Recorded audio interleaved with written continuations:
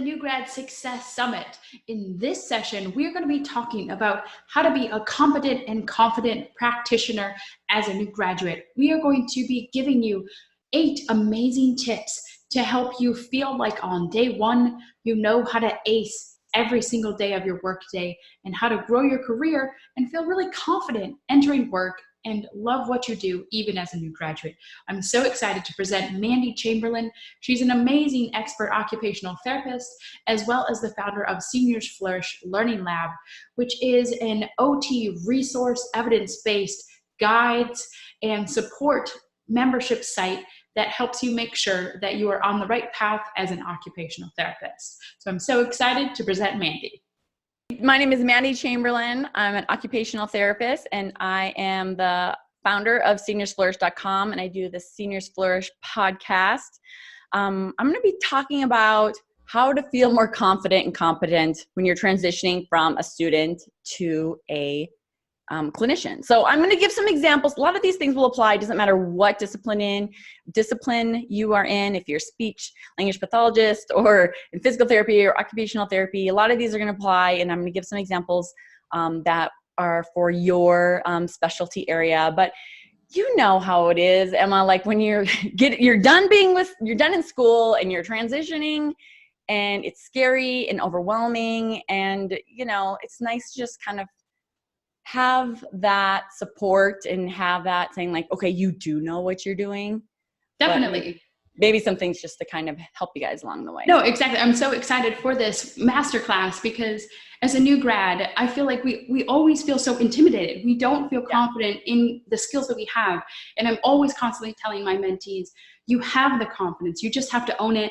And so I'm so excited in this session because you're going to be covering 7 different topics that are going to be just transformative in how you can feel as a new grad, how you can act as a new grad. And that's going to translate not just into better patient care, reduced burnout, but also better success overall in your career. So I'm so excited to dive in, Mandy. And our first point. Well, before I get in my first point, I want to kind of just say, like, I remember like one of my first days of work. Okay, so I've been a therapist for 16 years. So I've been a therapist for a little while. I'm showing my age, but I still remember those first few days. And I think that tells you a lot about how a lot of people feel. They're feeling kind of like, oh my gosh, what am I doing? That imposter syndrome kind of feeling. It's that whole thing. So yes, we're going to go over 7 different things, different ways to kind of help you with that transition. So number 1 is, let's just start with giving yourself some grace. Okay. So we are all humans. We are all growing.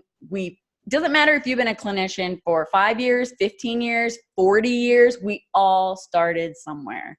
So it's really important that we try to focus on those positives and, that you're learning. And in general, I mean, obviously there's going to be some like facilities and some different organizations where they don't necessarily have good support for a new grad, but a lot of organizations really understand that you are learning and it's a new job, it's an opportunity for you. So I think to try to like just say like, okay, it's okay that I don't know everything.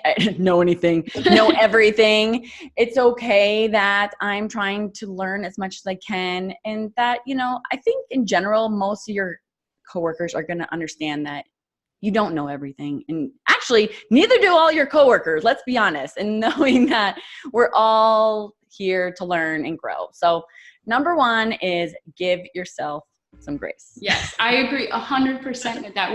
We're so hard on ourselves, and really we don't need to be. Honestly, I've had so many. I think when I entered, because same with you, I remember when I first started, and I remember just sweating and oh my gosh, and feeling so nervous. And honestly, a lot of times your patients or whoever you work with, they are okay with that. They actually want to help you. Like I remember them being like, okay, well, we do this and this. Right. And so, I mean, there's always going to be those people that are afraid to have you work with them, or that maybe are looking down upon you. But I think if you turn your newness into something positive, totally. So, and just be open to experiences, be open for your clinicians, for your, fellow coworkers to chime in, quickly that newness will fade quickly. Yeah. And just give yourself, when you have bad days where you mess up, just forget about it. Don't be too hard on yourself, and just try to come back the next day refreshed. It's hard to do and it's easy to say sometimes. Yeah. Definitely. No, but I completely agree. It's just hard because I do think that there is, maybe this is just like my bias, but I do think like therapists in general are really hard on themselves. We're a bit perfectionistic. We really want to do well. We want to do well for our, our clients, and we, it's just that whole thing. But it takes some time. So Oh yeah. give yourself some grace. Okay. Who's ready for number two? Number two, align yourself with positive and competent people. So people are like, of course I will, but not every facility is structured that way. Or maybe you're in like an acute care, not saying that they're not positive, competent people in acute care, but what I'm saying is you're moving and shaking, right? And so like, you don't necessarily always build those relationships. Things in ways that you can do that is like connect with Facebook groups, join organizations, maybe some memberships. I have the Learning Lab membership, where we have a lot of like-minded clinicians and new grads and level 2 students, where they're really trying to do what's best for their patients. And so they're really, it's like this collaborative, helpful, uplifting environment where people are all kind of on the same page. So those kinds of things help. But just like trying to find those groups or niches, or even people, coworkers that are like-minded, that have that professional drive, because we do get burnt out. And people that have been working for many years, some people are not open to like new learning or like wanting to have that drive. So finding your crew, finding your tribe. And, there's other things. I'm trying to think of some other examples are like some local therapy meetups. Like they'll have OT-PT speech meetups in different cities, or just OT meetups. Your state organizations do a lot of meetups, other healthcare workers at your facility. Let's say you're working in a group, or you're finding yourself, you're a new grad, you're not finding yourself like having a lot of support, and maybe your team isn't ideal. That's a nice way. Ideal, right? And a lot of us have been in this situation. So one, you're not alone in that. But two, a lot of times you can maybe find some other people that you're like, okay, we jive. I can think of one. I mean, I've been very lucky. I've had some amazing coworkers. Like over pretty much my entire career, I've had a really good team. But, I'll find, I remember one particular nurse that you just jive with, right? And so you kind of can, like say, like, okay, she's going the extra mile. She's being extra patient. She's, it's like she's not a therapist, but she's, providing and showing that level of care that you want to provide too. And so sometimes just having someone else, you're like, I'm not alone. Because sometimes when you're in these situations, I think that you go in with these ideas. You're like, I'm going to be this type of therapist. And then sometimes the culture of the facility just in a weird way doesn't allow it. And so then it makes you second guess it, or like you're not doing some of the treatments that you feel like you should or could, or you feel like everyone's dragging you down. So like having that positive, competent group, wherever you may find that. And there are options out there, like I said, with the internet especially, that really can support you and feel like, okay, I'm not the only one that wants to do the best that I can. So yeah, I agree 100% with that.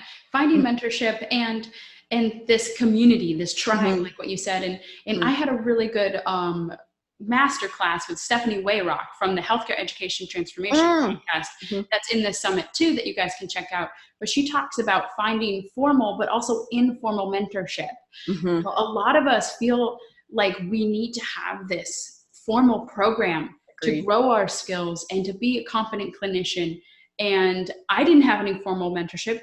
Did you have any formal? No, not at all. And we're rocking it. Yeah. And so you can do the same, and you can create relationships that are professional, that don't have to be this formal mentorship, but you're still learning. And if you feel like your clinical skills are not quite strong enough, create like your own little clinic, little mentorship program with you and other staff members and things like that. Because I'm sure there's other people feeling your same situation. Yeah. Absolutely. I know. And I feel like sometimes, and I'll go through some of these other ones, but I feel like sometimes it's hard when you don't have that confidence to be like, okay, well, I do need some help, or admitting that. So that's why I like to say, giving yourself grace, try to find your tribe with positive people, and whatever that looks like. So number 3, dun, dun, dun, dun. Number 3 is show some initiative. So sounds really obvious, but it's hard when you're new. Unless you're that person. Like, I don't mean to be like that person, but like, like it's just really scary sometimes, because no one likes to feel like they don't know anything, but we all do. So of course, ask questions, like do things like observe procedures, learn something new from, what else can I do to help? Can I grab something for a patient that's maybe not typically I'm doing on the way out of the room, making sure that they have their remote control for their TV, start your own kind of groups, like journal clubs or things like that. Join those groups like I was talking about, like Facebook, or, those kinds of things. Ask questions. You see a theme here, like ask questions, because it really shows your coworkers, your boss, that you are really in it. You're in it because you want to be there, and you're really taking that extra initiative. Yeah, definitely. And one piece of advice that I always like to give is, especially as a physical therapist, I worked a lot with occupational therapists, speech therapists, and that work together. Oh my gosh. Yeah, I've learned so much from OTs, from speech therapists, and I love working with them. So if you're in an environment where you can co-treat, it is the best environment to learn. I've learned my best bed mobility from OTs. And so, take that opportunity if, because potentially maybe it can be intimidating to ask questions sometimes. So with a co-treat, it's almost like different, it's like this different dialogue that happens when you're working with a patient. And so it's not as intimidating as asking questions. So try to co-treat and work with other professions. That's a really good idea. I mean, and the other thing is like, it kind of really, you feel like what all the other professions do, especially or PT, like as an OT, PT and speech. Like you feel like you really know, but we honestly really do not fully understand each other's scope. And so I think showing that initiative, co-treating, asking those questions, like learning from each other. I mean, our goal is always to help the patient. And so it needs to be a collaborative endeavor. And so those are just some really great ways to do it. So yes, awesome insight. Good one. Okay, number 4. We're on 4. Be a lifelong learner. Do CEUs, continuing educations, get an extra certification. There's lots of membership organizations to help develop your skills and support. It's crazy because, so like when I started, back in the day now, back when I started as a therapist, like I was so ready to be done with school. I was so ready to be done reading all the journal articles. I was so ready to just kind of like work and get a paycheck and like connect and meet, other therapists and get in the healthcare system and take care of patients. Like I was ready for that. And there was a period that I feel like I didn't do anything. Like I didn't do any extra education type of thing or CEUs or, everything was kind of like on my own term. Like I'd have a patient with a certain diagnosis and I'd be like flipping through my books because we didn't use the internet. Like we're just, like fine. I'm like, oh man, like, and, I think that is to be expected for a lot of people when they are first starting, after they get out of school, because it's just, we all know it's so much work, right? But then you kind of get to a point where you're like, okay, like I need to keep up on this. And there's a lot of people that don't, I will say as well. But I feel like it's an obligation to our profession to work to the top of our license. And that's kind of like a thing I'm really passionate about. Like I am a continuous learner. I mean, I think we need to continue to see what's out there, connect with others, look at different perspectives, get those continuing education credits. Not always just because you have to, but because you really want to learn.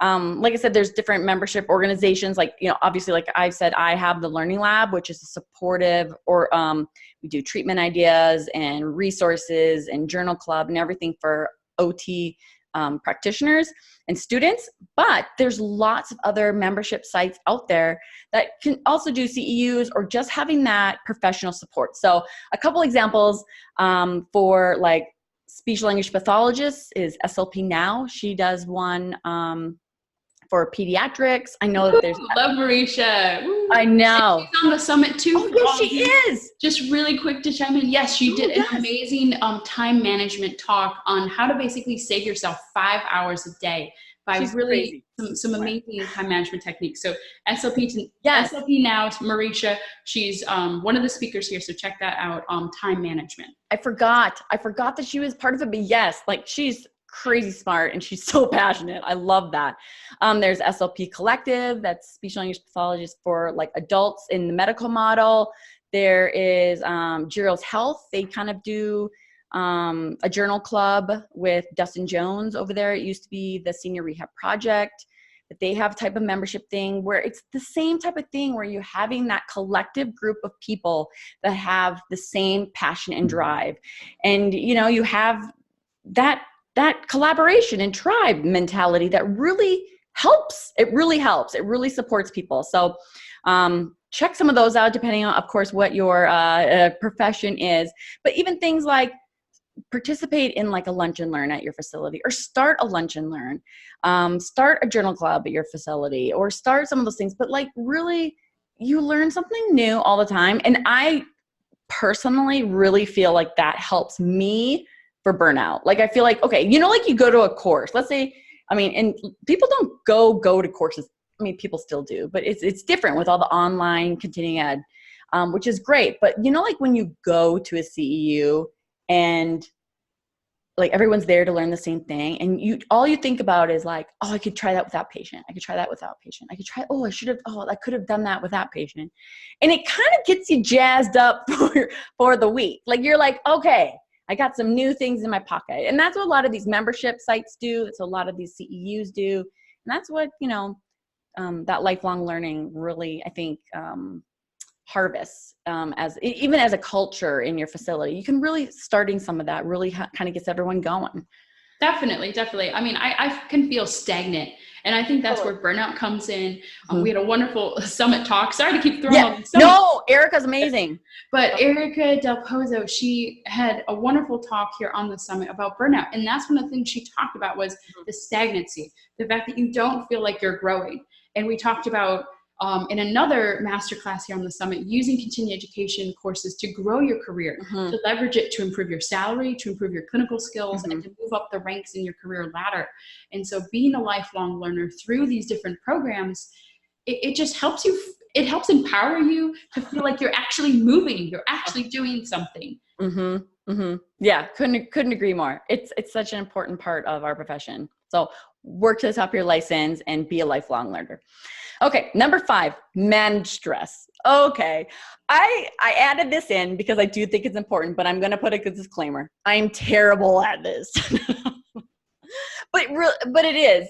You know, we have to remember that being a healthcare professional is what you do, okay? It's not, I say not what you are, but what I mean is like, you need to try and figure out like you as a healthcare professional, you giving your all, and then having who you are too, you know, and OTs like to like try to do this like life balance thing, which isn't a thing, but it's something that we really try to do because we all have hard days. And some of the biggest things I think for me, and I found through the years that really helps is like reflecting on the day, what is stressful, and then like, what can I do to change it? Is there something I can do to change it?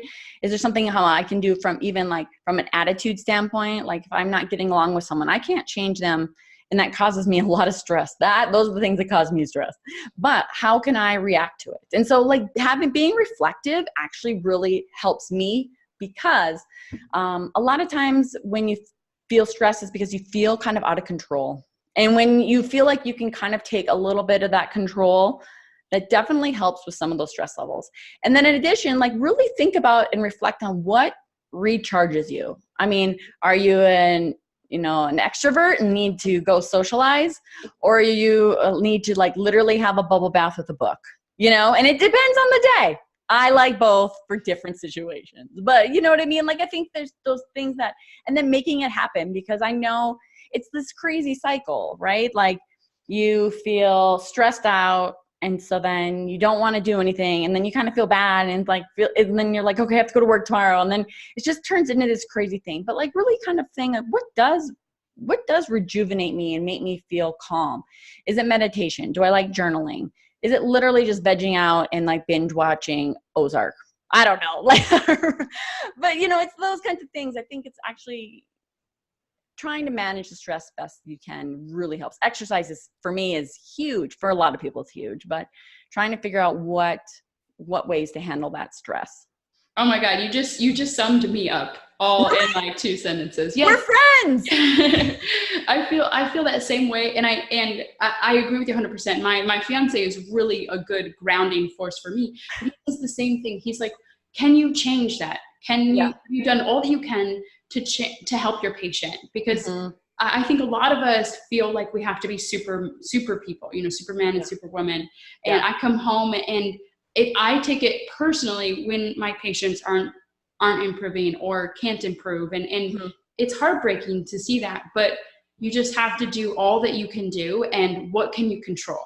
All you can control is your attitude and how hard you work. If you've tried your best and you've done your best, that's all you can do at the end of the day. And then, like what Mandy said, find an outlet. Yeah. I know it's so hard, because I do feel like, you know, we're really empathetic people, right? And so it's hard not to take that personally and, you know, carry that home sometimes. But I think for me, it's step one is even just recognizing it, because I remember at the beginning, I remember coming home and feeling, I didn't remember feeling stressed, but I remember feeling crabby. like everything was annoying me. But I got to a point where I'm like, okay, what is going on? And it was just like the stress of being new, the stress of learning you know, like I was in a new city, you know, your new paperwork, documentation, new people, new dynamics. And I started in home health. And so like, it was really stressful for me, because I mean, I'm like driving around trying to find people's house, you know, it's just like the whole thing. It was really stressful, and it came out for me as pure agitation and like trying to figure out like how can I manage this a lot better? So number 5, manage stress. Okay. So number 6, we're getting there. So number 6 is, you know, connect with your patients. So at the end of the day, even when you feel like it's been a terrible day, nothing's been going right, what the hell am I doing? Like, let's be honest. It's really those relationships that'll drive a lot of us to be in healthcare anyway. And, you know, if you really sometimes, you know, you walk into a patient's room and it's like a very complex medical history and they have a lot going on, you feel overwhelmed and you're like, oh my gosh, what am I doing with this patient? And like stepping back and trying to figure that out, like, okay, just connect with the patient. Just connect with them, ask them how they are, see how they, you know, what do they like, what do they not. Start basic, because looking at the big picture can be super, super overwhelming. It's those connections that we want, and it's actually the connections are what the patients want. So like if you get in there and, you know, you're like, oh my gosh, this is way more than I can handle, or like, I just don't know, am I doing the right thing? That's kind of the biggest thing. No one really always feels like they're going to do a disservice, but you're like, am I doing the right thing? I mean, it's okay to say to your patient, like, you know, I don't know the answer to this. Let me get back to you. That builds that trust. It builds that rapport. And, you know, strip it down to the basics. Start at the basics. Don't feel like you need to do this huge, fancy, elaborate treatment idea, and that you have all that, but like, just get on their level, make those connections. And those days that even when you feel like nothing went right, that went right. That connection with the patient always goes right if you make it happen. So you have to kind of like celebrate that is a success on its own. 100%. Like one big thing that I really want to take at that point, because I agree 100% with you, is that honestly, a lot of my patients, they don't care if you're a good therapist or not. No. They care that you're a good person. And a good listener. And a good listener, and that you care about them. Mm-hmm. Like I tell all my students when I'm a clinical instructor, all you have to do is exactly like that. Listen, care, be Mhm. there for them. And honestly, they will be there for you. They will Yeah. rave about you. They will love you. Yep. And you can suck at your mobilizations. They Totally. care less. They're going to choose you every single day as your therapist because Yeah. they like you. They have fun with Yeah. you. So Mhm. just be an awesome person. Be you. Mhm. People are going to gravitate towards you, and they really care about that more than the clinical skills. Mm. Yeah. Mhm. Yeah, it just builds that trust, and they have, it's like they have fun, and yeah. And so those are the celebrations that we really need to celebrate, because that's what it's about. Yeah. And so, yeah. So, Therapy is easy, actually, if you break it down like Mandy said. Just mhm. break it down and take it step by step, one step at a time. Just get to know them at first. Like when you go into the ICU and you're overwhelmed, well, the first thing is subjective anyways. So Mhm. just start with your subjective, break the ice, forget about the lines and the beeps and all of that, and just focus on the subjective. And then from there, that will actually guide you to your treatment session. 100%. And day one, the best clinical instructor I ever said this, keep it simple. She said, do the subjective, you do like maybe just a couple assessments, and then you always end with a treatment. So keep Mhm. that as sort of like your platform. Subjective, assess the main things, Right. and give them a takeaway. It's Mhm. because that's the most important thing, is how you end the treatment session with them feeling better, whether that's emotionally or physically. Mhm. Yeah. Amen, sister. Yeah. No, true. Connect. Okay, last one. This is going to be my favorite one, but okay, let's just have some fun, right? So even if you don't know everything, which no one does, like I said before, therapy is a fun profession. Like, I've worked, it's really interesting because I have a website called seniorsflourish.com, and everybody just always assumes that I've only worked in skilled nursing facilities, which I've actually never worked full-time in a skilled nursing facility. I just have a love for the older adult, and I love the complexities and the stories and the personalities and things like that. We work with older adults in acute care. We work with older adults in outpatient, inpatient, home health, of course, skilled nursing, of course. So there's a lot that goes into it. But like there's all these amazing pediatric OT example as OT websites, because pediatrics is fun. You're playing games, you're on the balls, you're doing cool, like fine motor activities and sensory integration for OTs and all this stuff. And then, but working with adults can be fun too. Make it fun. Let's get creative. Listen to your patients. See what they like to do. What's meaningful to them? Of course, that's the core of occupational therapy. What are the daily occupations that they need to achieve and are meaningful to them? Like, let's do games. Let's joke around. Let's have some fun. I think sometimes that gets sucked away. And so it kind of goes along with the whole connecting with your patients. Like, listen, understand what they're trying to go through, acknowledge what they're going through, even if you don't personally understand it, but also have some fun. So get ideas from, reliable sources, use the theory to guide you. I mean, we all do it. We're Pinterest and fools. We like to Google things, which is great. I mean, through the Seniors Flourish, I have a great Pinterest board and through, but like, make sure that you have theory to back it up, making sure that things are evidence-based, like making sure that we are doing what we're supposed to be doing. But have fun with what we have a fun side of healthcare that we can show. So let's do it. Yeah, I agree. Have fun.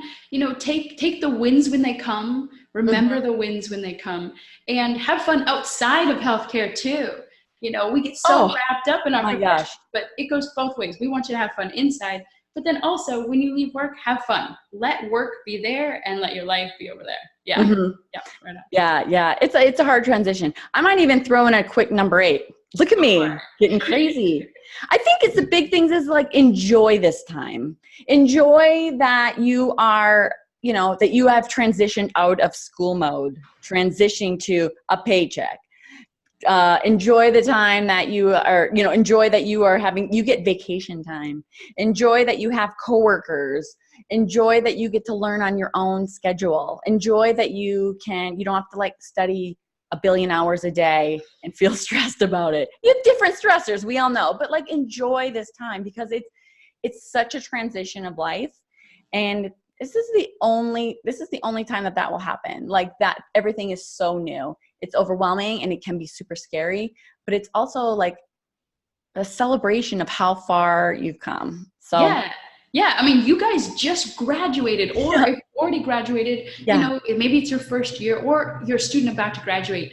You have accomplished so much, and I think that's so true, Mandy. Like you forget that as a new grad, you go right into working, right into feeling like you're not good enough.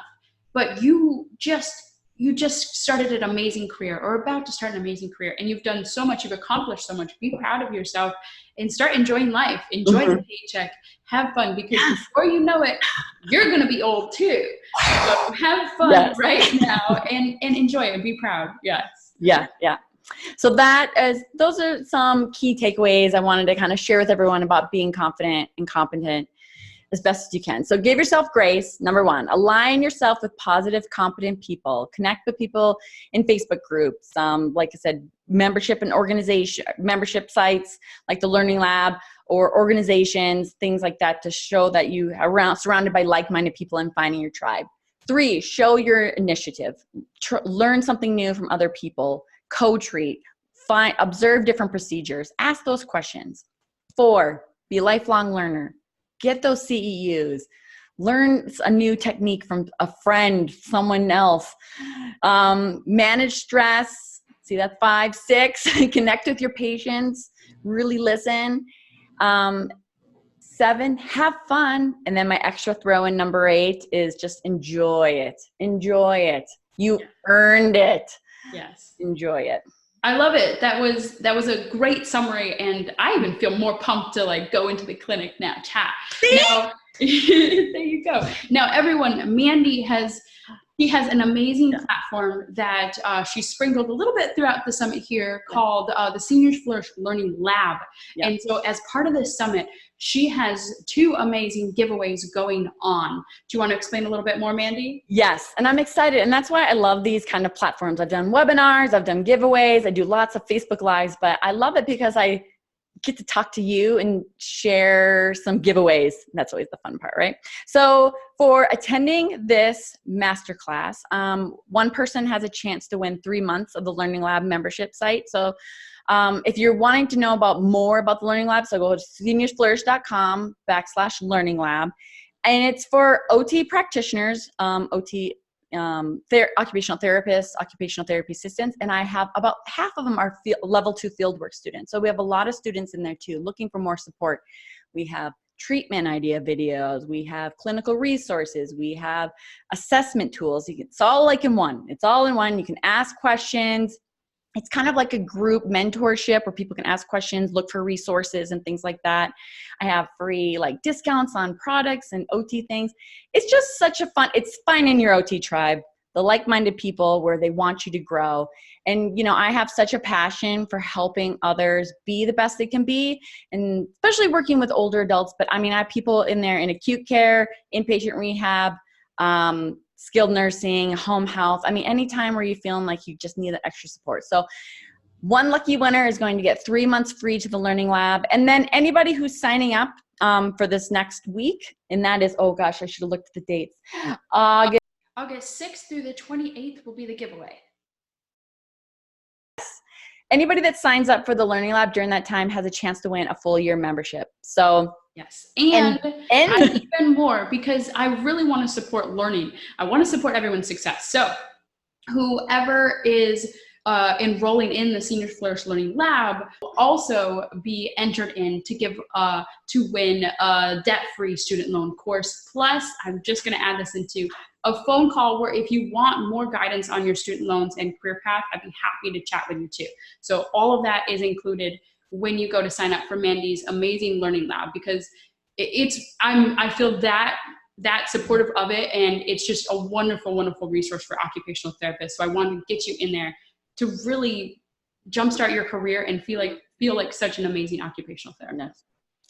Gosh, I'm so glad everybody came to watch this today. It's amazing. Thanks for the platform and like bringing us all together, because I mean, being a new grad can be really stressful. And so it's amazing to have all these resources. Yes, thank you. And thank you everyone for listening. We really hope you enjoyed Mandy's masterclass.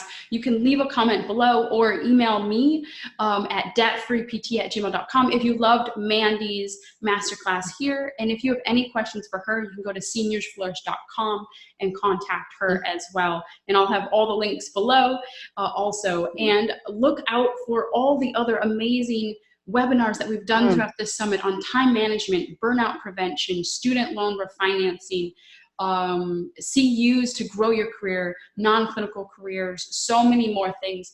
Literally, I've created this summit to be start to finish everything that you would need to know as a new grad in whatever healthcare profession. So I strongly encourage you to watch all those webinars. And thank you again. And we'll see you in the next session. All right. Thanks, guys.